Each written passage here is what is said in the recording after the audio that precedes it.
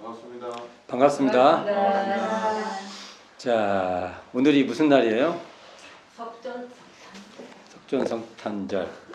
그게 이제 부처님 오신 날 이름이 바뀌었는데, 제가 듣기로는 팔타원님, 황정신행 선지님께서 그 부처님 오신 날에 대한 아이디어를 내셨다는 말이 있어요. 그게 나중에 이제 제도화되는 건 다른 얘기인데, 부처님 오신 날로 하면 어떠냐 이런 아이디어가 있었다는 얘기가 있는데, 자, 그런 얘기도 있다고요. 그걸 진위를 따지기는 좀 곤란하지만 그런 말이 있습니다. 4월 초파일 날 오늘 이날에 오늘 우리가 할 공부가 법률운을 이제 들어갈 겁니다. 이게 사은 공부 중에서 천지운, 부모운, 동포운, 그 다음에 법률운이에요. 근데 또 그러니까 부처님의 가르침도 뭐예요? 법률운이에요. 우리가 그러니까 이날 법률을 시작하는 것도 의미가 있다 이런 생각이 듭니다. 보통 우리가 보통 4월 초파일 이렇게 말하죠. 음력이죠, 음력. 우리가 요즘 그 사람들한테 4월 초파일이라고 하면 초파일이 뭐예요? 이렇게 물어봐요. 잘 모르죠. 그게 옛날 표현 방법이죠. 그 달에 첫 우리가 보통 초순, 중순 이렇게 시작할 때 처음에 시작할 때 8일 우리로 보면 그냥 4월 8일 이렇게 말하면 텐데 4월 초파일 이렇게 말하는 걸로 알고 있어요. 근데 과연 음력 4월 초파일이 서가모니 석가족의 성자이신 이 고타마 시타르타의 생일입니까? 이게 잘 몰라요. 근데 이 북방불교 쪽에서 4월 초파일로 이게 쉬거든요. 이거에 대한 근거도 참 우리가 확실하지 않아요. 그러나 어느 그 전통에 의해서 4월 초파일, 음력 4월 초파일 날 지금 이제 부처님의 탄신일, 석전 성탄, 석전이라는 성자의 탄신일 이렇게 쉬고 있죠. 저희들이 기념하고 있는 거지 않습니까? 자, 근데 꼭 그날만 있지 않아요. 지금 저쪽 남방불교 계열에서는 꼭 남방불교라고만 말을 못하겠는데 세계불교도 했을 때는 양력 5월 15일 날로 현재 정해서 현재 쉬고 있어요. 그리고 또 뭐 스리랑카를 중심으로 한 제가 그렇게 알고 있어요. 그것은 양력 5월 보름날 5월 달에 보름이 뜰 때 하는 것 같아요. 보름일 때. 이걸 보면 부처님 생일 잘 모르죠. 잘 모르는데 아마 4월 초파일은 제가 볼 때 봄의 절정에 하신 것 같아요. 우리 아마 민속의 풍습이 있었을 거예요. 4월 그 8일이라는 거기에 같이 하지 않았나 이렇게 추정을 해봅니다. 그러니까 예수님은 언제 태어나셨어요? 12월 24일. 25일 성탄절. 원래는 성탄절이라면 안 되고 기독 성탄절 그래야 돼요. 석전 성탄절 그러잖아요. 그러니까 예수 성탄절이라든지 이렇게 말해야 맞는 거예요. 그게 조금 심해. 약간의 좀 독단성이 있어요. 그게. 이런 거 우리가 앞으로는 지켜야 될 거예요. 지켜야 될 내용입니다. 그냥 성탄절이라 하면 어떻게 해요? 그게 서구 사회에만 살면은 그 성탄절 해도 돼요. 그러나 이제는 같이 사는 세상, 이게 이제 법률하고 관계 있어서 제가 말하는 겁니다. 법률을 서로 이렇게 지켜야 돼요. 그래서 앞으로는 성탄절이라고 하면 안 돼요. 뭐라 하냐면 예수 탄신일, 여기에 부처님 오신 날 이렇게 말하듯이 예수 탄신일 이렇게 하는 게 맞아요. 그것도 인류가 아주 독단적인 풍습의 하나다. 성탄절이라고 하는 것도 법률에 안 맞아요. 근데 예수님 탄신일도 12월 25일이라고 하는데 어느 누구도 몰라요. 그게 아마 서구의 어떤 풍습에 의해서 우리로 말하면 동짓날 같은 풍습에 아마 같이 했을 거예요. 그게. 그래서 다른 날에 하는 풍습도 있어요. 그러니까 성자의 생일에는 꼭 그 생물학적 탄신일에 하는 건 아니다. 인류가 서로 경축할 수 있는 날에 하는 것이다. 이런 얘기를.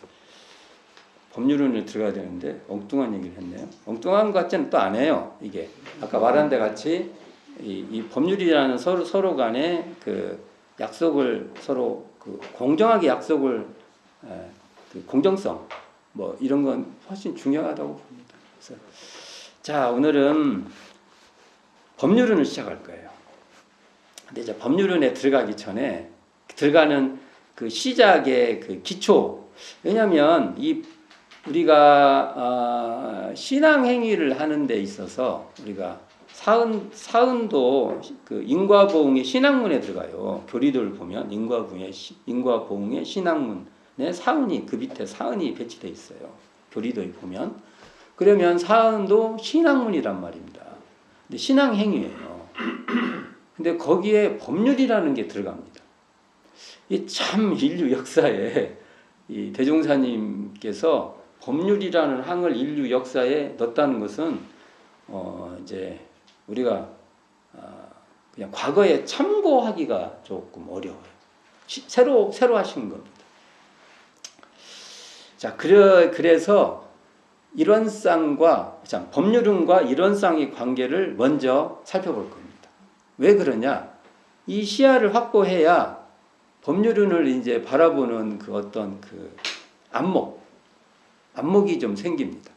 그래서 오늘은 먼저 법률론과 일원상의 관계에 대해서 살펴볼까 합니다. 한마디로 말하면 법률론은 일원상에 기반한 법률이다. 그냥 이렇게 규정을 먼저 해봅시다.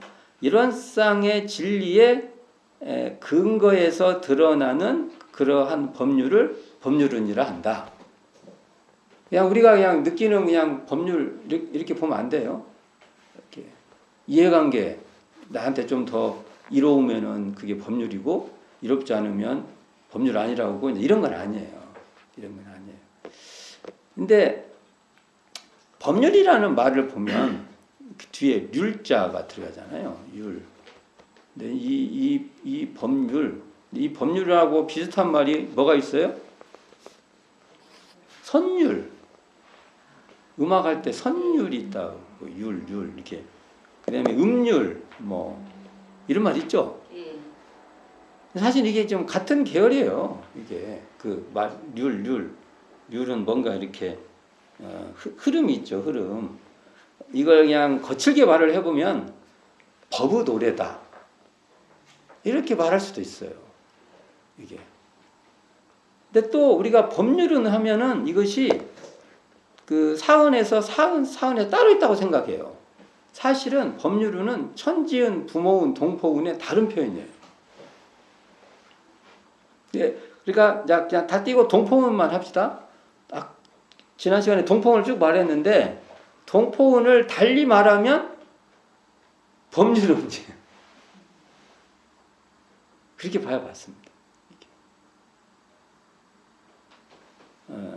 그러면 이제 대종사님 말씀을 한번 해보면 대종사님께 대종경 교의품 9장을 보면 나중에 보세요. 교의품 9장 교육 보면 일원상은 곧 청정법신부를 나타낸 바 이렇게 돼 있습니다. 그러니까 결국은 일원상은 이코르 청정법신불 이렇게 돼요. 그러면 우리가 법신불 일원상 이렇게 말할 때는요. 법신불인 법신불인 일원상 이렇게 말할 수 있어요. 저는 그래서 앞에 붙은 법신불을 일원상의 수식어로 봐요. 아름다운 그녀 그러듯이 수식어로 봅니다. 그러면 이게 같은 말이에요. 그러니까 우리 보통 또 법신불을 말할 때 잘 못 알아들으니까 그 앞에다가 청정을 붙여서 청정법신불 또 말해요. 그러면 이것을 풀어보면 청정한 자리 이코르 법신불 이코르 일원상 이렇게 되는 겁니다. 그러니까 이걸 말하면 다 이게 우리를 이해를 돕기 위해서 뭔가를 계속 붙인 거예요. 이해를 돕기 위해서. 어디에 사는 아무개 자식인 누구? 그럼 다 같은 말이에요. 이게 같은 말입니다. 그렇게 그래서 뭐 예를 들어서 청정 법신불 일원상 이렇게 말했어요. 그러면 그것을 그냥 몰아서 그냥 일원상 해도 다 알아들어야 되고, 어떨 때는 또 법신불 해도 알아들어야 되고. 그러나 대종사님의 주체성은 제가 볼 때 일원상이 있다고 저는 봐요. 그러니까 상황에 따라서 법신불만 쓸 때도 있고 뭐 그렇지만, 우리는 앞으로는 저는 일원상을 더 앞에 내세워서 잘 활용을 해야 저는 대종사님의 본의에 더 맞지 않나, 이런 생각을 가지고 있습니다. 근데 그러면서 천지, 부모, 동포가 동포도 다 법신불의 화신이라고 말해요. 화신은 뭐예요? 법신불의 드러남이에요. 법신불의 드러난 모습이다. 그러니까 청정한 자리인 이 법신에서 보면은 봤을 때 드러나는 것이 바로 천지, 부모, 동포, 법률이다 이거예요. 그러시면서 또 여기 이제 이 말씀을 하죠. 또 법률도 법신불이 주신 바, 이런 표현을 쓰세요. 여기서 이제 주었다고 하니까 또 뭔가 법신불이 인위적 의인, 어떤 우리가 의인화돼 가지고 이렇게 주었다 이렇게 하면 안 돼요. 이게 설명해 주려고 하신 거니까. 법신불의 나타남이다 이렇게 말해야 맞겠죠. 법신불의 드러남이다. 법신불 자리에서 그러니까 청정한 자리인 법신, 곧 일원상 자리에서 드러나는 것이 바로 법률이다. 이렇게 말할 수 있죠. 그러면 이걸 뒤로 이렇게 바꿔서 말하면 법률은 청정한 자리에서 드러난 것이다. 이렇게 말할 수 있죠. 그럼 우리는 일원상의, 이 말은 결국 우리가 일원상의 안목에서 바라봤을 때 드러나는 자리가 법률이다. 이렇게 말할 수 있는 것이죠. 자, 이것은 이제 기초적으로 참 중요해요. 이게 늘 그냥 습관적으로 우리가 익혀놔야 돼요. 그러니까 이런즉 사언이다 이렇게 말한 거예요. 이런즉 사언이다. 우리가 이런상의 지혜, 이런상의 그 당처, 이런상의 안목에서 드러나는 자리가 사언이다. 이렇게 그걸 풀어볼 수 있죠. 근데 나의 욕망과 이해와 그렇게 추구하는 그러한 자리에서 드러나는 대상은 사언이 아니다. 이렇게 말해야 맞을 겁니다.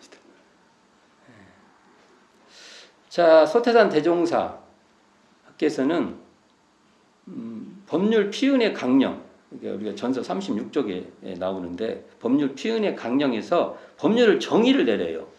법률이란 이렇게 말해요. 법률이란 인도 정의의 공정한 법칙 이렇게 말해요. 이 말 하나하나가 다 너무 중요해요.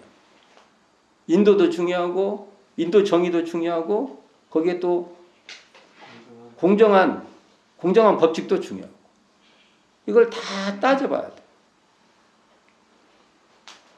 근데 여기서 보면 저희가 첫 시간에 말한 적이 있는데 심체, 아까 법신불의 다른 표현이 심체예요.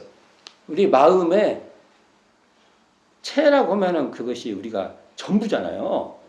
전부 이게 마음 당체예요. 마음 당체. 심체하면 그냥 마음 당체. 마음 자체 이렇게 말할 수 있죠. 이 마음 자체인 우리의 공정영지의 광명에서 드러나는 법률,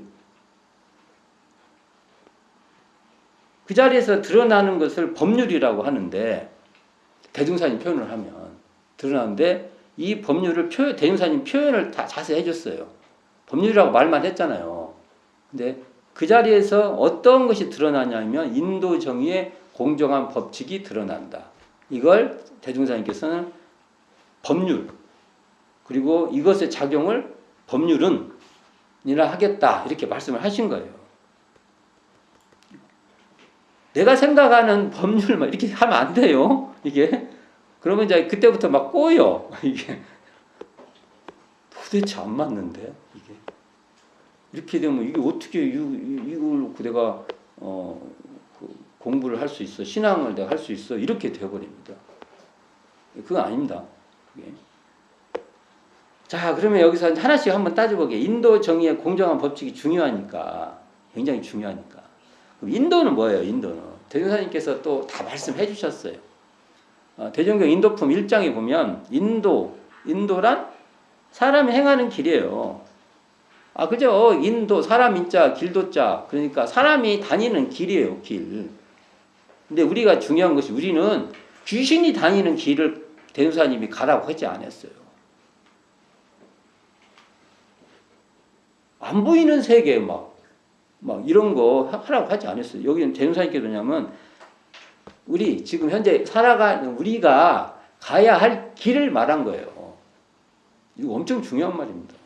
여기에 초점이 안 잡히면 계속 딴 말이에요. 잘 생각해 보세요. 나는 내가 대종사님께서 인도 하면 사람이 행하는 길이라고 했는데 거기 가고 있는가? 그러니까 대종사님께서 뭐라고 하셨어요? 사은사유를 인생의 요도. 사람이 살아갈 때 가야 되는 기묘한 길이다 이렇게 말하잖아요. 그게 사람이 가야 될 길이라고 말씀하셨잖아요. 우리가 길이라고 또 길도 말씀해 주세요. 길은 뭐냐? 무엇이든지 떳떳이 행하는 것. 거기를 가면 떳떳이 행하는 길이 된다는 거죠. 근데 이게 간단한 것 같아도 생각해보면 우리가 이게 참 그렇지 않아요. 사람은 그 떳떳한 길을 늘 그 유혹에 빠져요. 그 길을 가는데 뭐라고 옆에서 살짝만 뭐라면 옆길로 새길로 막 가, 갓길로 막 가. 이 떳떳한 길을 간다는 것이 상당히 용기가 필요합니다. 용기가 필요합니다. 지혜도 필요하고 용기도 필요하고 그런 겁니다. 그러니까 이건 인도라는 것은 이걸 합치면 사람이 밟아가야 할 떳떳한 길 이렇게 말할 수 있죠. 자, 이 법률이라고 말할 때는 이 길 바깥에 얘기를 하는 게 아니에요. 요 길을 말하는 거예요. 말하는 겁니다. 너무 이건 나는 당당히 갈 것 같이 말하지만 안 그래요. 우리는 수시로 그 길을 안 가. 옆으로 새. 가지 말라는 길만 가.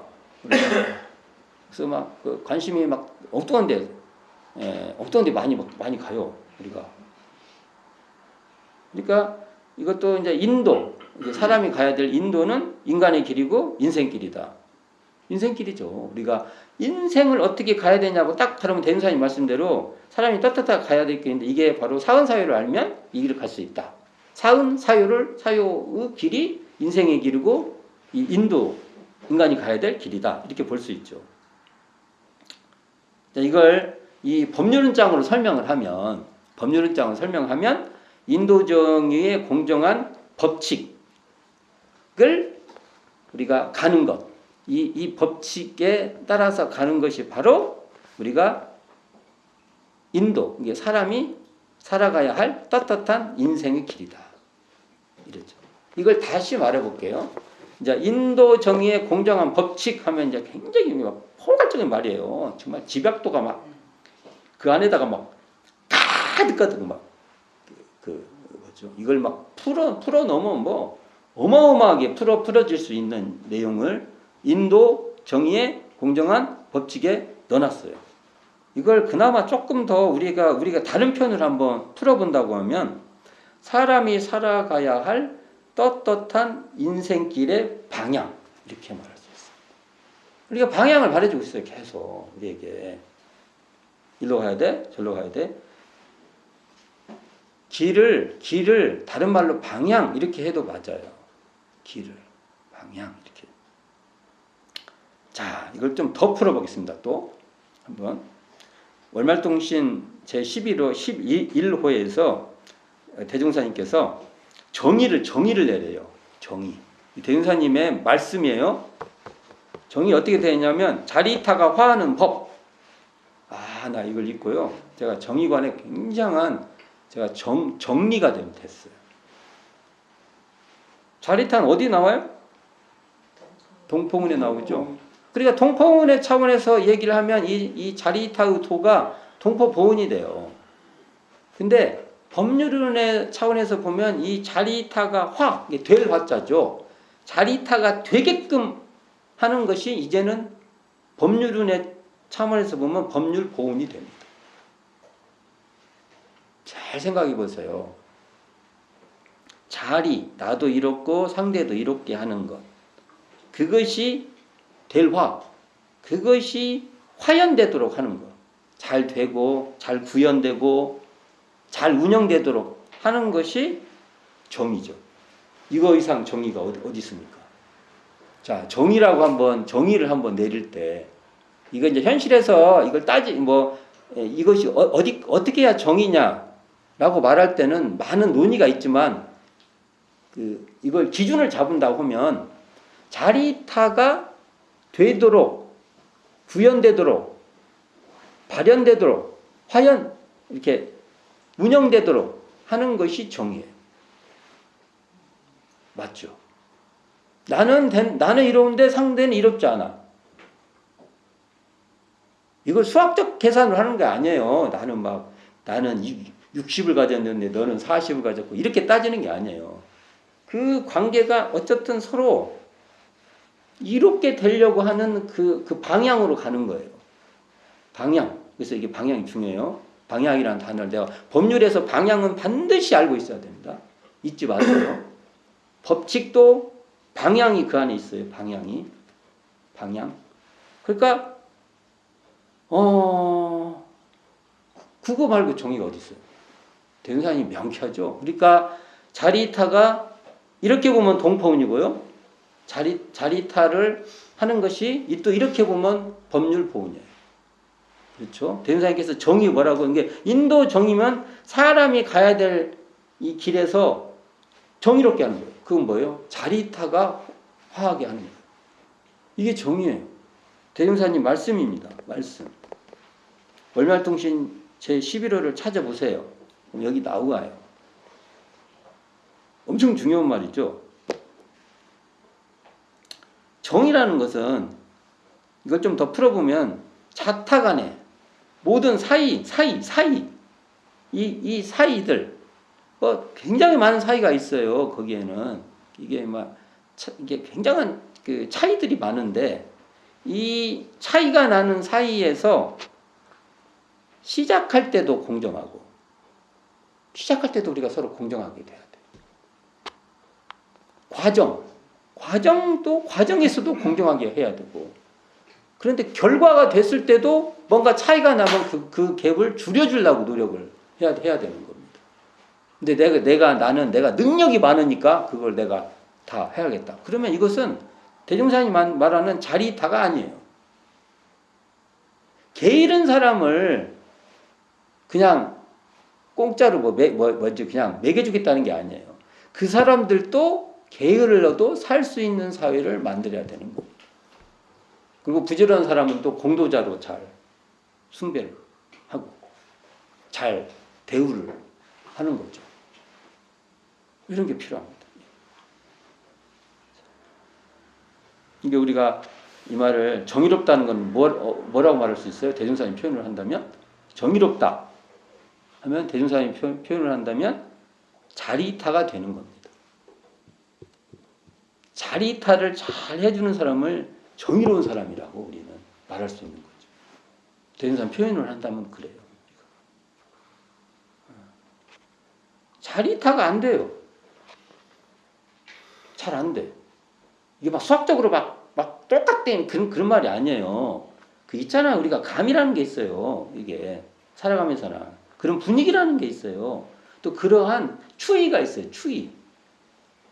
이렇게 되지 않는 정의는 정의라고 말할 수 없습니다.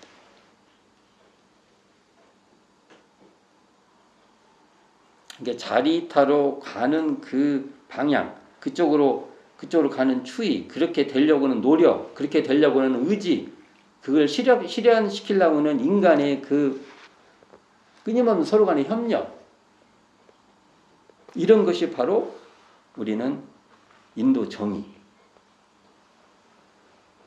공정한 법칙을 실현하는 것이다. 이렇게 볼 수 있을 것입니다.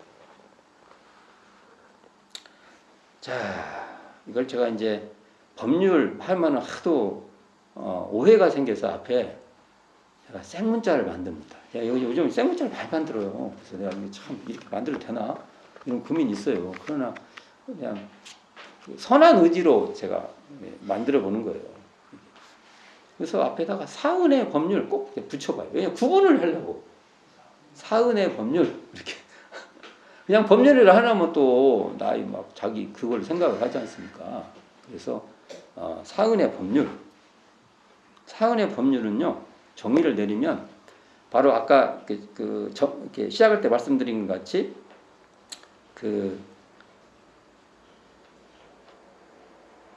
이론상의 진리, 그러니까 그 청정한 자리, 청정한 이론상의 진리가 인간의 길에서 우리가 인간이 밟아야 될 이 길에서 그게 드러날 때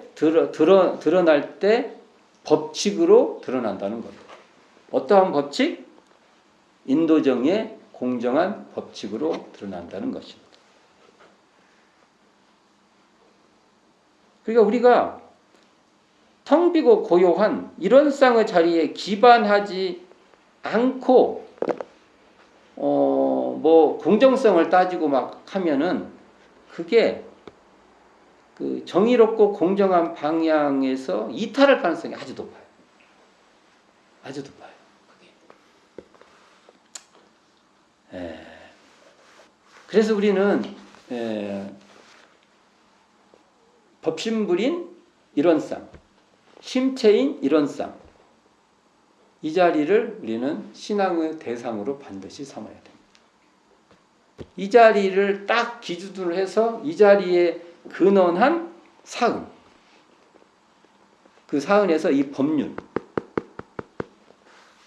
이 법률로 우리가 해야 하는데, 이 법률은 저는 인도정의의 공정한 법칙, 더 풀어보면 인도정의의 공정한 방향성이라고 저는 말합니다.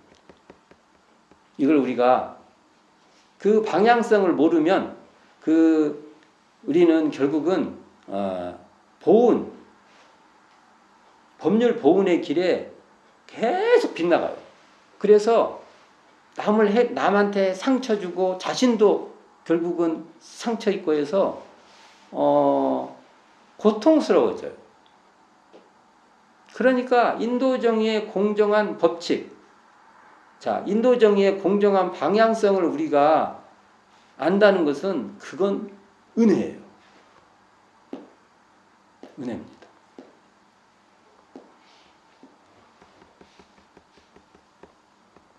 그래서 제가 법률에는 방향이 있고 그 법칙도 방향으로 봐도 좀 이해가 더 쉬울 것이다. 이렇게 얘기를 해봅니다. 그래서 근데 이제 우리가 이렇게 보면 현실적인 그 법률들이 있어요. 현실적인 법률. 법률은 성자의 가르침도 법률이고요. 우리가 지금 만나는 모든 약속 관계, 그 약속이라는 것이 좀 약속, 규칙, 특히 이제 약속이죠. 우리가 약속하지 않습니까? 뭔가 이것이 사회화되는 것이 사회적 법률이 돼요. 우리가 개인끼리도 이렇게 약속을 하지 않습니까? 근데 개인끼리는 개인들의 어떤 마음에 그 양심에 많이 의존돼 있죠. 안 지켜도 크게 비난받고 그러지만 그렇잖아요. 이것도 법률이에요. 이것도 비난받지 않습니까? 누가 뭐라고 내가 설사 누가 뭘 안 해도 내가 현재 양심상 비난받는 행위를 하는 겁니다. 그리고 이것이 확대되면 사회적인 여러 명이 같이 약속을 했어요. 그러면 거기 그 사람들이 뭔가의 약속 체계를 만들어요. 그러면 뭐가 생겨요? 강제성이 생겨요. 강제성이 생기죠. 거기에. 그래서 이런 것들이 이제 법률이라고 규칙, 규범, 뭐 여러 가지 되죠. 예절 같은 경우도 에티켓 이것도 이런 데 다 들어가요. 강제성 있는 뿐가 아니라 다 들어가는 겁니다. 근데 이런 모든 현실적인 법률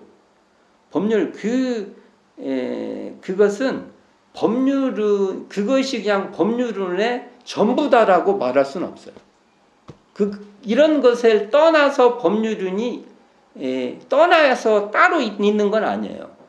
법률론이 따로 있는 건 아니지만 그렇다고 해서 아까 그런 현실적인 그 법률은 자체다고 말할 수도 없어요. 그렇죠. 그러면 이게 뭐냐? 이러한 현실적인 법률은 인도정의의 공정한 법칙의 계기 또는 창구 또는 그것의 과정 뭐 이렇게 말할 수 있어요. 여기. 그러니까 그것을 떠나서 법률은 그러한 현실적인 모든 법률들을 떠나서 있는 건 아니지만 또 그렇다고 해서 그것 그냥 자체야 이렇게 말할 수도 없어요. 그래서 예를 들어서 법률론을 설명할 때 그게 그냥 이런 쌍이야 이렇게 말하는 것도 맞으면서도 또 그렇게 다 말할 수 없어요. 왜 그러냐? 이런 쌍의 그 진리를 이러한 현실적인 예를 들면은 개인끼리의 약속 또 예법 예절 뭐 관계도 다 있지 않습니까? 인간 살아가면 전부 다 약속 체계가 있어요. 약속 체제. 또 이제 사회적 강제 법률 이런 것들이 다 있어요. 이런 것으로 또 구현돼야 되는 겁니다.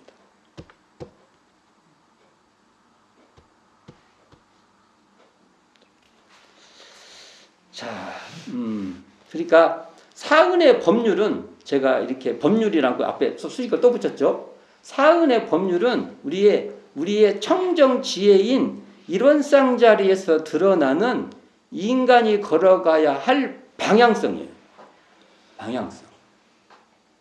방향성이란 말도 또 썼습니다. 제가요. 그러니까 그 방향성은 따로 독자적으로 있는 것도 아니에요. 또 그것이 우리들이 현재 살고 있는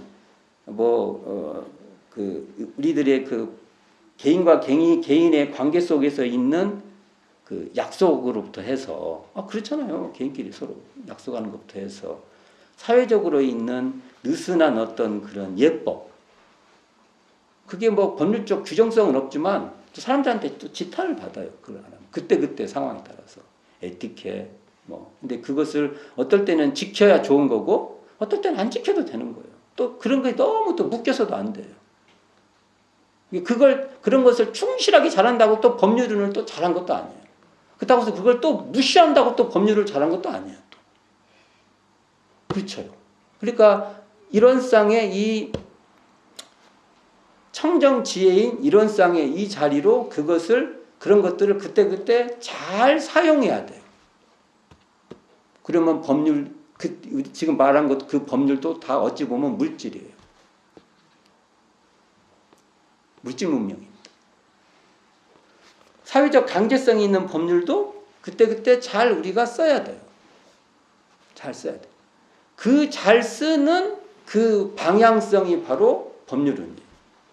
법률론은 그러니까 모든 것에 관계되지만 또 그렇다고 해서 그걸로 그냥 그거야 이렇게 말할 수도 없다는 겁니다. 이해가 되시죠? 네.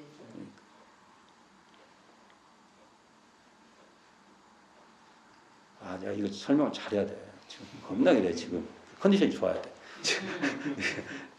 예민하잖아요. 자, 사은의 법률은 바로 이 청정 이론상에서 드러나는 인도정의의 공정한 법칙이에요.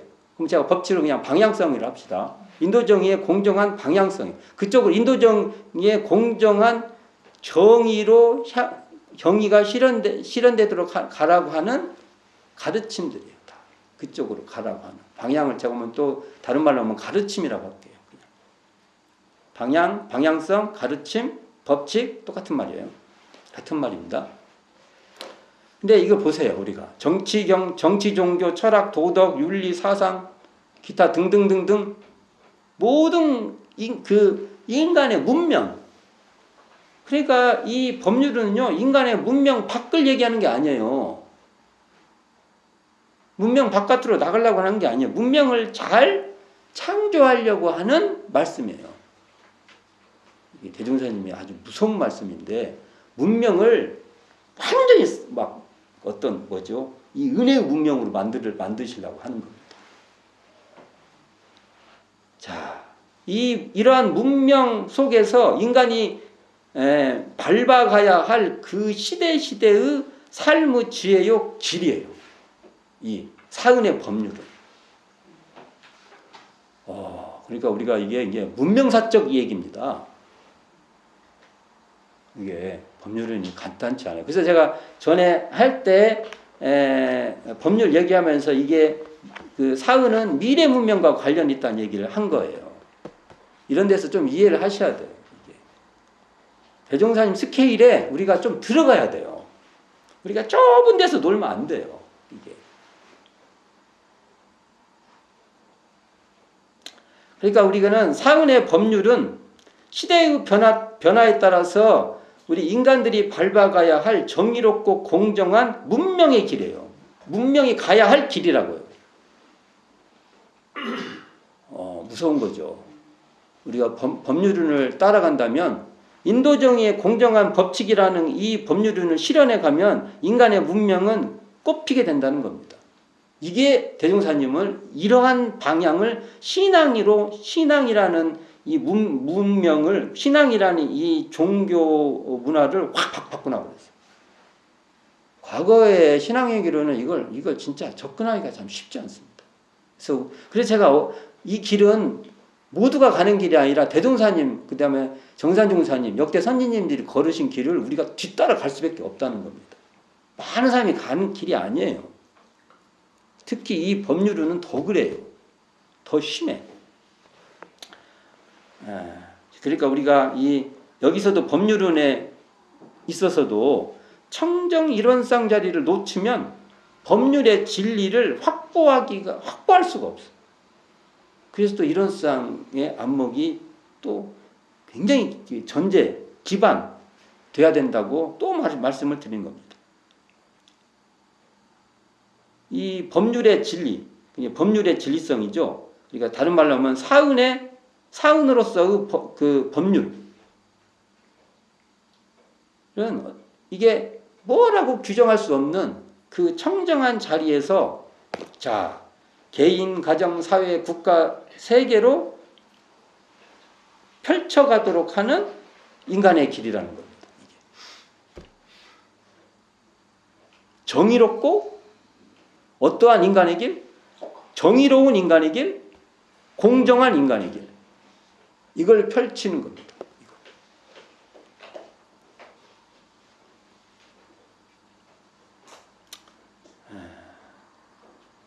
그러니까 이게 우리가 현실적 법률들 있잖아요. 현실적 법률은 그 사은으로서 법률 그 자체라고 할 수 없지만 그렇다고 해서 사은의 법률은 현실적 법률을 떠나 있지도 않아요.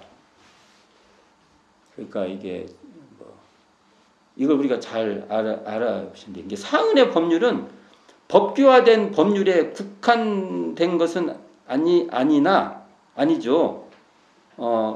그러나 그 상황, 그 관계에서 그 적용되는 그 타당한 법칙이다.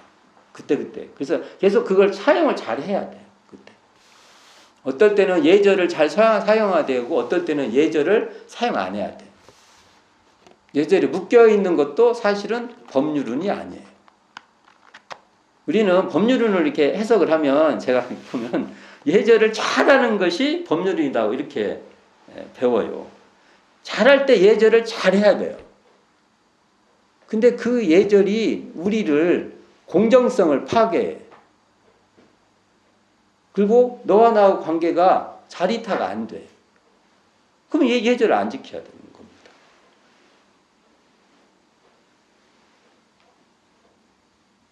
어른과 아이가 예절을 지켜야 될 때가 있어요. 근데 어떨 때는 어른과 아이가 허심탄회해야 돼. 토론을 하고 있는데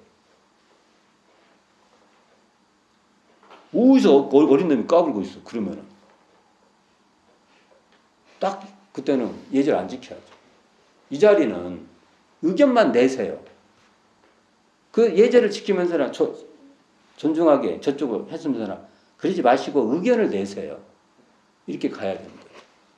이게 바로 법률론입니다. 근데 이것을 갖다가 법률이 예절이 이렇게 가면 안 되는 겁니다. 뭔가 제 지금 설명이 하나 드린 거예요. 해보는 거예요.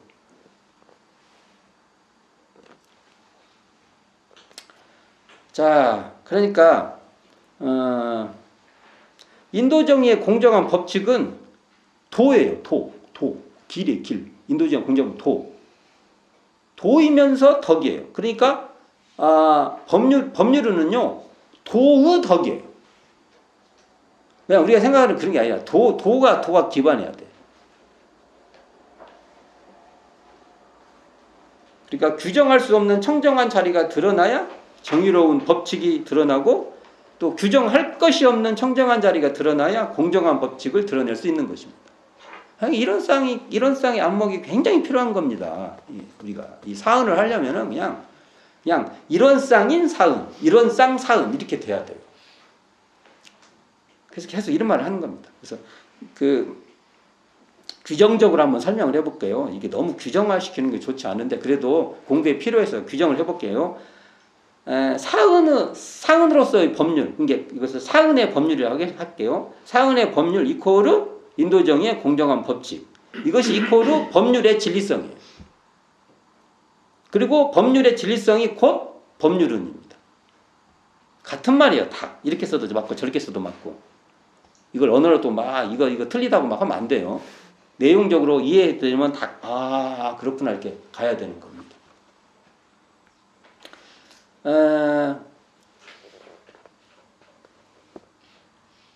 우리가 정의라고 말하면요, 내 입장이 정의가 되게 쉬워요.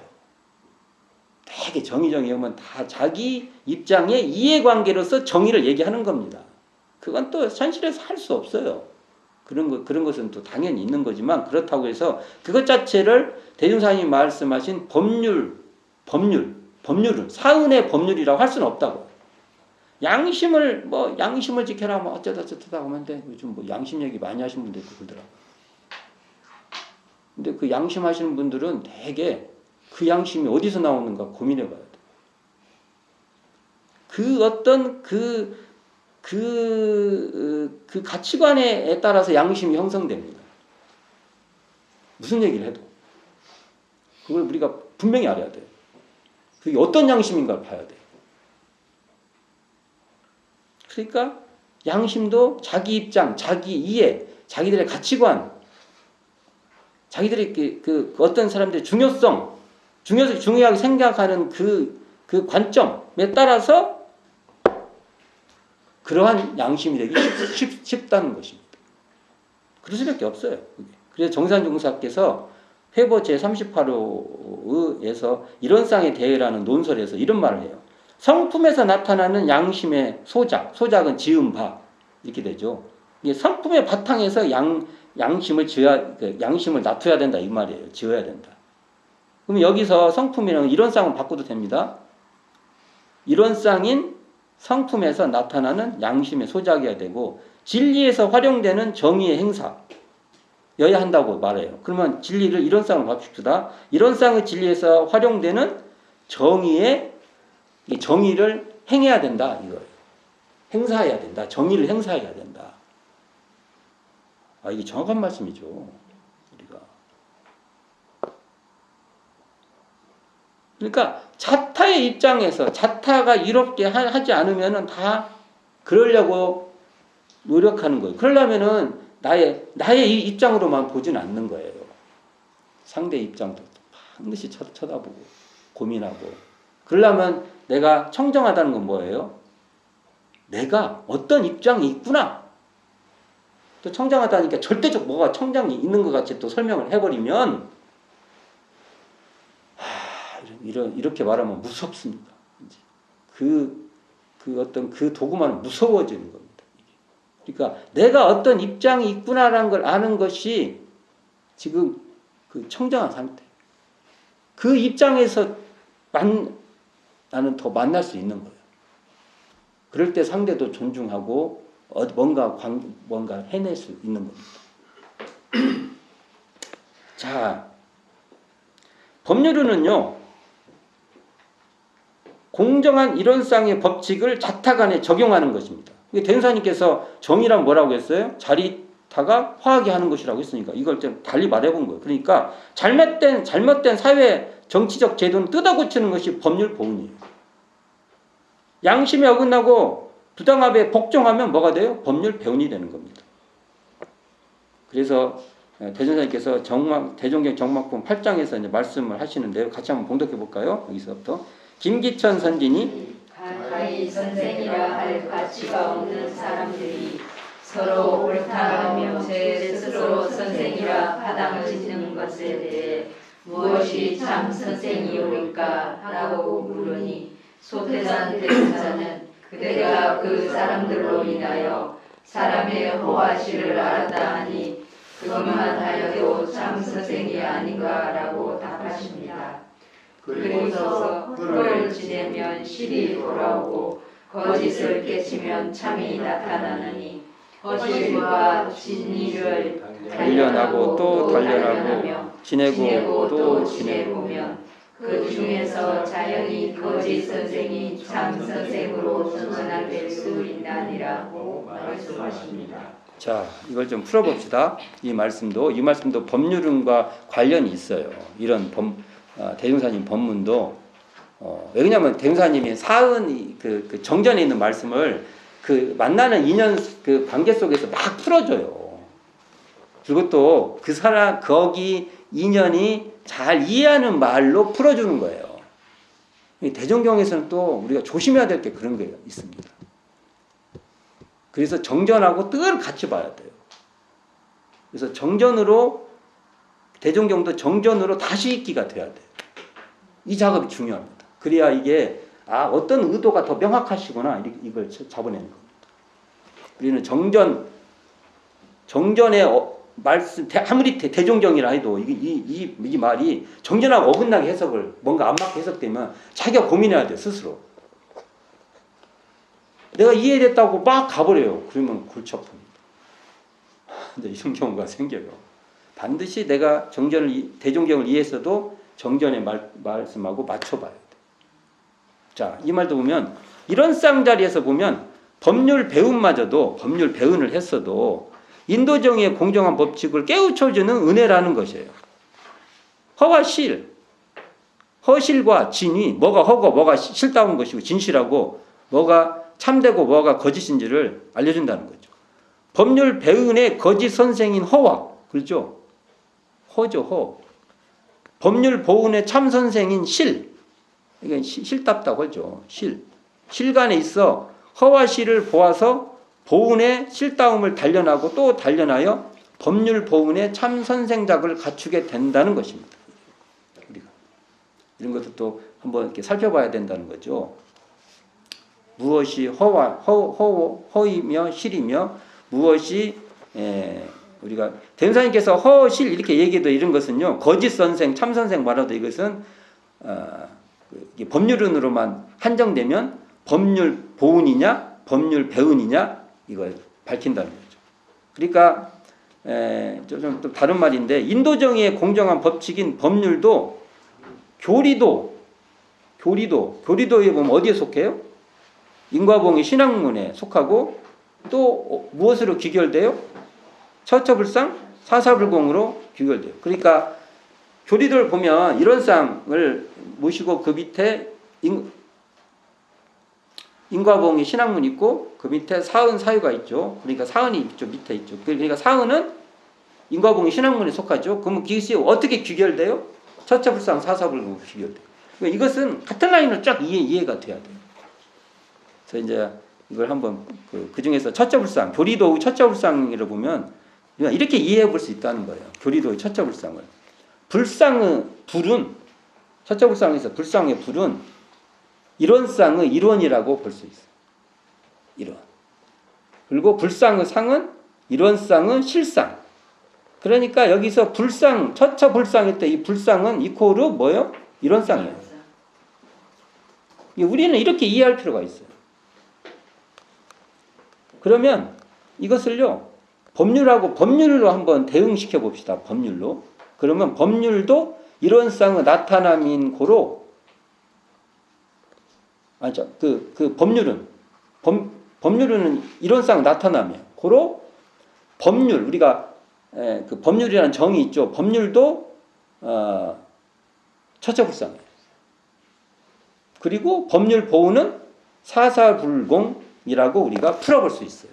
자, 이건 좀 이 내용하고 아주 직접적인 내용은 아닌데, 이 처처불상 사사불공도 그것을 소태산 대종사께서 이 정전에서 사은사회로 펼쳐진 그 내용으로 이해할 필요가 있다는 거예요. 이걸 또 뭐 불상이니까 부처님이 막 어쩌고 막 불공을 어떻게 하고 이렇게 되면 안 돼요.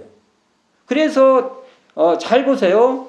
교리도에 보은즉 불공이라고 돼 있어요. 그러니까 보은하는 것이 불공이라는 거예요. 과거 우리가 생각하고는 불공이라는 개념을 잊어버리세요. 다 그냥 그건 버리세요. 뭐냐? 상은의 보은, 여기 법률로 말하면 법률에 보은하는 그것이 불공이라는 거예요. 이게 불공이 기존에 갖고 있는 생각은 다 잊어먹어버렸어요. 다. 근데 사람들이 물어보면 그렇게 설명해 주신 거예요. 불공이 보은이 아니에요. 거꾸로. 옛날에 불공, 막 부처님 불공하는 것이 보은이라는 게 아니에요. 대사님이 말하는데 은혜를 알아서 은혜에 보은하는 것이 불공이에요. 자, 이건 다릅니다. 대사님 정체성에서 엄청 다른 거예요. 자, 오늘은 제가 참 이 시간이 이게 참 기반이 중요한데 이걸 이해를 엄청 잘해야 되는데, 안 그러면 제가 뒤에 이 얘기하는 건 저 계속 이 얘기에 기반하지 않으면 계속 충돌해요. 그래서 오늘은 이 법률에 들어가기에 앞서서 법률에 들어가는 기초로 법률론과 이론상 이 안목, 이 시각에 대해서 먼저 살펴봤습니다. 네, 이 시간은 이상으로 마치도록 하겠습니다.